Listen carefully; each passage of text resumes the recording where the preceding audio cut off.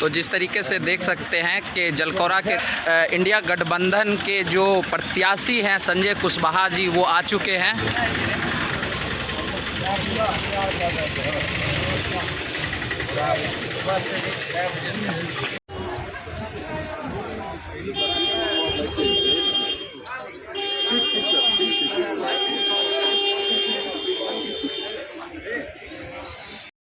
नमस्कार दोस्तों, Bihar JLK channel में आपका स्वागत है। अभी हमारी मौजूदगी खगड़िया प्रखंड के जलकौरा चौक पे है। जलकौरा चौक पे वहीं जहां संजय कुशवाहा जी आए हैं, CPM के जो लोग सभा प्रत्याशी हैं, तो वो आज जलकौरा पहुंच चुके हैं। आज जलकौरा के मुखिया अब्दुल रहमान जी भी हैं और उनके तमाम समर्थक हैं। तो जिस प्रकार से देखा जा रहा है कि इंडिया गठबंधन के जो प्रत्याशी संजय कुशवाहा जी जो आए हैं, जो इंडिया गठबंधन इन पे जो भरोसा किया है, तो आज उनसे ही जानने की कोशिश करते हैं कि लोकसभा को लेकर के इनका क्या कुछ रुख रहेगा और यहाँ का जो अलौली विधानसभा क्षेत्र के अंदर अलौली विधानसभा क्षेत्र के अंदर जिस तरीके से देखा जाता है कि सड़कों को लेकर के या काफ़ी ज़्यादा क्राइम रेट को लेकर के या जिस प्रकार से लेकर के यहाँ गरीबी सीमा से काफ़ी ज़्यादा लोग नीचे हैं, उस पे भी हम इनसे कुछ जानने की कोशिश करते हैं। नमस्कार सर। नमस्कार सर, सबसे पहले तो आपको ढेर सारी शुभकामनाएं हमारे बिहार JLK चैनल की तरफ से। जिस प्रकार से इंडिया गठबंधन के लोगों ने आप पे भरोसा किया और आपको लोकसभा प्रत्याशी बनाया, तो सर जिस तरीके से देखा जा रहा है कि अलौली विधानसभा क्षेत्र, इससे पहले भी महबूब अली कैसर जी 10 साल प्रत्याशी रहे लोकसभा के, और अलौली विधानसभा क्षेत्र में अभी जब आप खगड़िया से आए होंगे तो देखे होंगे रास्ता रोड का जिस प्रकार से हालत है सर, और जिस प्रकार से अलौली विधानसभा क्षेत्र के अंदर जो गरीब लोग हैं, इतने गरीब लोग हैं, जो आप जब क्षेत्र के अंदर जाएंगे तो आपको खुद उनके दर्द का एहसास होगा कि किस प्रकार से जी रहे हैं। उस पर क्या कुछ कहेंगे सर? सबसे पहले तो JLK न्यूज़ को मैं धन्यवाद देना चाहता हूँ कि आज आपने मेरे आने की सूचना पाकर के आपने समय दिया है। आज ईद का त्यौहार है जी, और ये त्यौहार जो है सो एक खुशियों का संदेश देता है पूरे देश और दुनिया को। तो इस मौके पर मैं आपको भी और आपके तमाम वर्ष को मैं ईद के मौके पर ढेर सारी बधाई देता हूँ, मुबारकबाद देता हूँ। मैं इस मौके पर एक बात और कहना चाहता हूँ। जब मैं ये बोल रहा हूँ, ये जो है सो मिलन का समारोह है, एकता का संदेश देता है, मगर आज हम देखते हैं कि हमारे देश के अंदर हमारे देश के आइन का इस्तेमाल करके जो हिंदुस्तान के तख्त-ए-ताज पर गए हैं, वो हमारे इस एकता के संदेश को बिल्कुल उन्होंने चकनाचूर कर दिया है। हमारे देश के गंगा जमुनी तहजीब उन्होंने नष्ट कर डाली है। हमारे आइन पर हमला है, हमारी जमहूरियत पर हमला है, सांप्रदायिक ध्रुवीकरण फिर जो है सो नफरत का बीज ये लगातार बढ़े। हमें पूरा भरोसा है 2024 का ये जिस तरह का संदेश दिया है, यह संदेश 2024 में जो है सो इस नफरत के दुकानदार को, नफरत की दुकान को बंद दुकानदार को, मोहब्बत की दुकानदार, मैं दुकान नहीं बोला, मैं कह रहा हूँ नफरत के दुकानदार को बर्बाद कर देगा। और उस दुकान में जो भी सौदे रखे हैं उस सौदे को उठा के फेंक देगा। सर, जिस तरीके से आपका तो कहना है कि 2024 में जो है नफरत के जो दुकानदार हैं उनको उठा कर फेंकने की बात आप कर रहे हैं, लेकिन वहीं भारतीय जनता पार्टी के जो प्रत्याशी हैं या उनके जो सपोर्टर हैं वो तो कहते हैं इस दफ़े 400 के पार। 400 के पार वो कह सकते हैं, क्योंकि जमहूरियत में उनको कोई भरोसा नहीं। हमारे आदरणीय मुख्यमंत्री ने कहा कि 4 लाख के पार, फिर उन्होंने कहा 4000 के पार, फिर उन्होंने हम उम्र प्रधानमंत्री का पैर प्रणाम भी किया। वो ये भानुमती का पिटारा है, उसमें तरह तरह के सांप बिच्छू है और वो सब आपस में लड़के करके मर जाएंगे। लेकिन ये घबराहट में 400 के पार बोल रहे हैं। ये इनका 36 इंच का जो सीना है, हमको लगता है कि इंडिया ब्लॉक बनने के बाद और खास करके बिहार में जहाँ उन्होंने 39 सीट जीता, 1 सीट छोड़ा, और यहाँ पे जिस तरीके से महागठबंधन जो है सो कम बैक किया और फिक्स्ड बाउंड किया है, वो उनके 400 के का जो उनका जो 400 के पार के नारा का हवा निकाल रहा है। इस बार वो बिहार में 40 के 40 हारेंगे और पूरे देश में वो 150 के नीचे रहेंगे। इनकी सरकार जा रही है, मेरी सरकार बनेगी। जी सर, जिस प्रकार से अभी हमने आपसे एक सवाल पूछा था, जब आप खगड़िया से आ रहे थे तो ये खगड़िया बकरी पथ जो रोड है, इस रोड की आपने हालत देखी सर? जब यही सर जब आपको बेला पार करते हैं तो रोड इतना बढ़िया आ जाता है। आखिर खगड़िया ही जिला के अंदर रोड हो या नाला हो या ग्रामीण सड़क हो, इसकी ऐसी दुर्गति हालत क्यों सर? एक बदनुमा दाग राजा टोडरमल ने हमारे जिले पे लगाया और जिसके चलते हम आज भी कहला रहे हैं फरकिया वासी। बात को समझिए जी। और वो फरकिया शब्द हमारा पीछा नहीं छोड़ रहा है और उसका मुख्य जो वजह है वो वजह है कि आज़ादी के बाद बाबू राम शरण यादव को छोड़िए तो खगड़िया के माटी के किसी लाल को किसी रनिंग पार्टी ने नज़रों से देखा नहीं। लेकिन पहली बार हम आदरणीय लालू जी, हम आदरणीय तेजस्वी जी, आदरणीय राहुल जी, सोनिया जी और CPIM, CPI माले सबके नेताओं का हम दिल से आभार व्यक्त करते हैं जिन्होंने इस सीट को CPM के हवाले किया और CPM ने ये सीट संजय कुमार को लड़ने का जिम्मा दिया। और वो लड़ने का जिम्मा नहीं दिया बल्कि जो बात मैंने पहले कही उसकी एक चिट्ठी दिया कि आप इस चिट्ठी को एक डाकिया के तौर पे जन जन तक आप पहुँचाइए। अगर आप ये जन जन तक पहुँचा दीजिएगा तो खगड़िया की सीट बिहार में 40 के 40 तो हारेंगे। खगड़िया की सीट का रिजल्ट सबसे पहले होगा। जो आंधी बह रही है, जो बयार बह रही है, जो मैं देख रहा हूँ जनसंपर्क में, ये इसका रिजल्ट सबसे पहले सुबह निकलेगा। संजय कुशवाहा जी, सबसे महत्वपूर्ण चीज़, अगर आप जीत जाते हैं तो सबसे पहले खगड़िया जिला के अंदर ऐसा क्या कुछ है जो आपके नज़र में है, पहला कार्य आपका क्या रहेगा? हाँ, पहली बात तो आपने सड़कों के बारे में कहा जी, वो मैं स्लिप किया। सड़कों का सूरत हाल नहीं, मैंने फरकिया शब्द का इस्तेमाल किया जी। 1981 में हमारा जिला बना, सूरत हाल नहीं बदली। आप शहर में जाइए, खगड़िया शहर में स्टेशन रोड जो हमारा शान शौकत, आप उस पर चल नहीं पाइएगा, ये है। और उसका वजह मैंने पहले बताया। हमारा जो मुख्य जो हमारा आज के डेट में जो चैलेंज है हमारे सामने, जिसको हमें सोल्व करना पड़ेगा, वो पलायन हमारा मुख्य चैलेंज। हमारा जो हमारा पिछड़ापन है उसको ख़त्म करने के लिए पलायन रोकना पड़ेगा।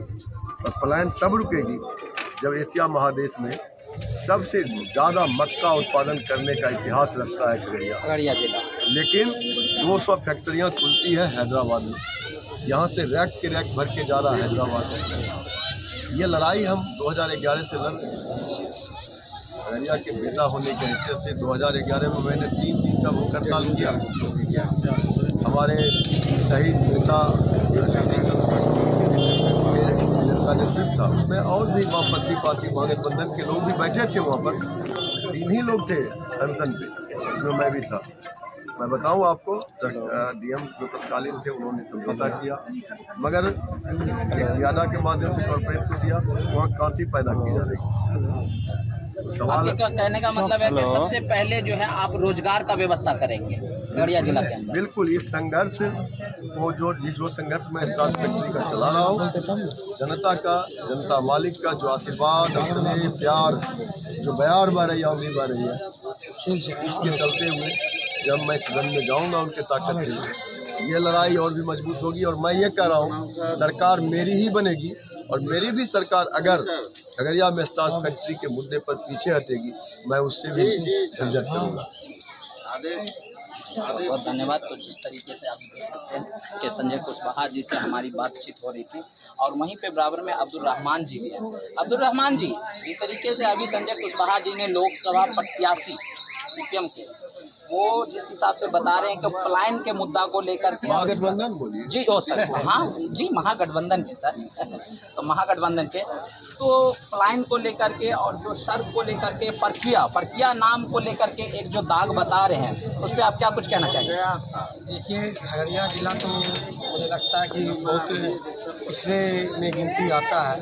अब हम लोग का जनता का पूर्ण हम तो चाहेंगे कि सर आए, मैदान में आए हैं और जीत के आए, और जो खगड़िया का जो ढांचा है उसको बदल दे, यही हम सर से उम्मीद करेंगे और हम लोग का पूर्ण समर्थन भी रहेगा। मतलब आप लोग का समर्थक है पूरा? जरूर जरूर जरूर। तो जिस तरीके से आप सुन सकते थे, यहाँ पे अब्दुल रहमान जी भी थे और यहाँ पे पप्पू जी हैं, तो इनसे भी हम कुछ जानने की कोशिश करते हैं। नमस्कार सर। आज ईद के शुभ अवसर पे आप आए हुए हैं यहाँ पे बधाई देने के लिए, और साथ में जो है आपके इंडिया गठबंधन के प्रत्याशी जी भी हैं, संजय कुशवाहा जी। और जिस हिसाब से फर्किया को लेकर के बातचीत हुआ और रोड को लेकर के बातचीत हुई, और जो जीतने को लेकर के जो अभी देख सकते हैं कि अभी घमासान एक मचा हुआ है जी क्षेत्र के अंदर, और बीजेपी का कहना है कि 400 के पार इस दफे हम जो है सीट लेके आएंगे। उस पे आप लोगों का क्या कुछ कहना है? आप तो काफ़ी ज़्यादा पहले राजनीतिक में रह चुके और फर्किया बेल्ट में रहे हैं, वहाँ के लोगों से आपका घुल-मिल है, जानते हैं मेंटलिटी को, उस पे क्या कुछ कहेंगे? जी, सबसे पहले आप सभी को ईद की हार्दिक शुभकामनाएं जी। जहाँ तक भारतीय जनता पार्टी की जो स्लोगन है उनका 400 के पार, मैं आपको बताना चाहता हूँ आज जो भारत की स्थिति है जी सर, आप अगर 2014 से पहले देखेंगे तो भारत एक विकसित विकासशील देश हुआ करता था, लेकिन जब से मोदी जी ने सत्ता संभाला है भारत अभी अविकसित देश के श्रेणी में आ गया। लाख दावा कर लें विकास की, लेकिन हम दिनों दिन पीछे होते जा रहे हैं। हमारे यहाँ गरीबों की संख्या बढ़ती जा रही है। आप देख रहे हैं सरकार दावा करती है कि हम 80 करोड़ लोगों को 5 किलो अनाज देते हैं। इसका क्या मतलब है? इसका मतलब है कि अभी भी हम गरीब से और बदतर होते जा और नीचे जा रहे हैं, और वो दावा करते हैं 400 के पार। शायद अगर इस बार वो चले आए तो मुझे लगता है अगली बार 80 करोड़ के बदला 160 करोड़ लोगों को वो 5 किलो अनाज देना पड़ेगा उन्हें। आपके कहने का मतलब है कि ये जो अनाज जो दिया जा रहा है कहीं ना कहीं ये गरीबी रेखा से नीचे है, और गरीबी जो है बढ़ता ही जा रहा है और भी बढ़ते जाएगा। बिल्कुल बिल्कुल बताया मैंने। आप ये एक इल्ज़ाम लगा रहे हैं? इल्ज़ाम नहीं, बिल्कुल। आप अगर आंकड़ों पर जाएंगे तो भारत विकासशील श्रेणी से हट के अविकसित देशों की श्रेणी में आ गया है। यह विश्व बैंक का आंकड़ा है, मैं अपनी बात नहीं कर रहा। 2014 तक हम लोग विकासशील देश हुआ करते थे, लेकिन आज 2014 के बाद जब से 10 वर्षों मोदी जी का शासन होने जा रहा है हम लोग अविकसित देश के श्रेणी में हैं। इसके लिए सिर्फ और सिर्फ भारतीय जनता पार्टी की सरकार। चलिए, तो वहीं पे और भी लोग हैं, यहाँ से जानने की कोशिश करेंगे। जिस प्रकार से सर देख रहे हैं संजय कुशवाहा जी आज आए हुए हैं यहाँ पे, क्या कुछ कहना चाहेंगे?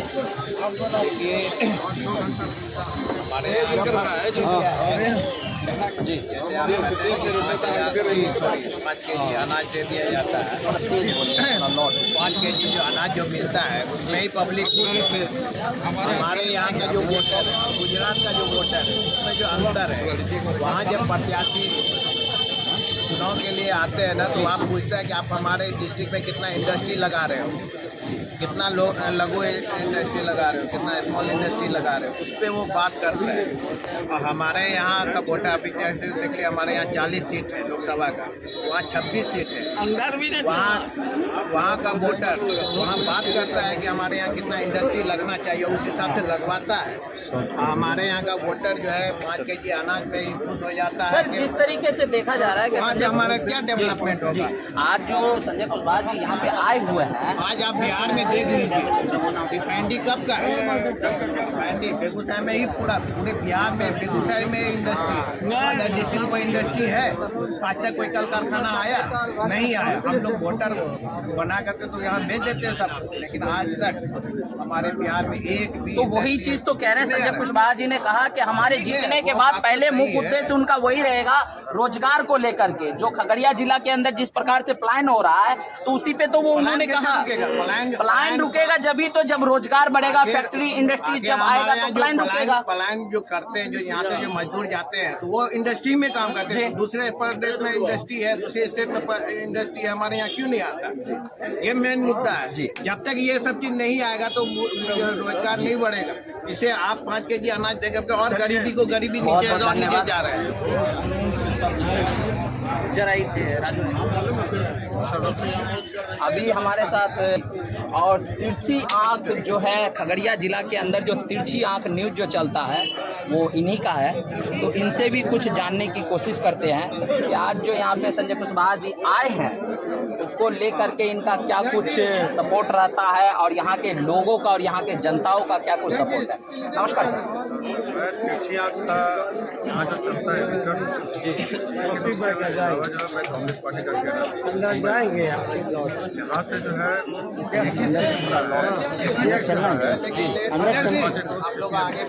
और ये हो गया लेकिन खगड़िया में जो स्थिति है जो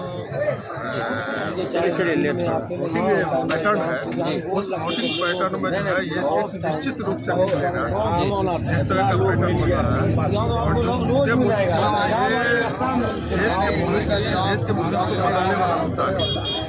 यहाँ बेरोजगारी जनतांत्रिक मुद्दे जो है उसको संविधान को बदलने का है। अगर ये वोट अगर हम लोग नहीं जीत पाए तो देश की धारा ही बदल जाएगी और देश जो है दूसरी तरफ जो है चला जाएगा। और जिस प्रकार से अभी आप यही बात आपका जो है रोड का जो आप मुद्दा उठा रहे हैं, रोड पार्लियामेंट का मुद्दा नहीं होता, रोड जो है वो सर हमारे क्षेत्रीय लोकसभा प्रत्याशी हैं, हम उनसे नहीं पूछेंगे तो किन से पूछेंगे? नहीं ये जीते हुए नहीं देखिए कैंडिडेट। तो जिस प्रकार से आप देख सकते हैं कि अभी यहाँ संजय कुशवाहा जी थे और उनसे हमारी जो बातचीत हुई और यहाँ के काफी लोगों से बातचीत हुई तो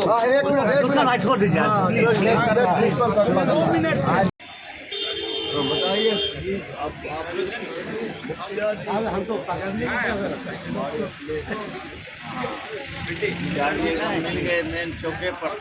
यही बैठते हैं, यही जगह है, यही क्लब है। आप लोग बिहार JLK चैनल को लाइक करें, सब्सक्राइब करें और कमेंट करें।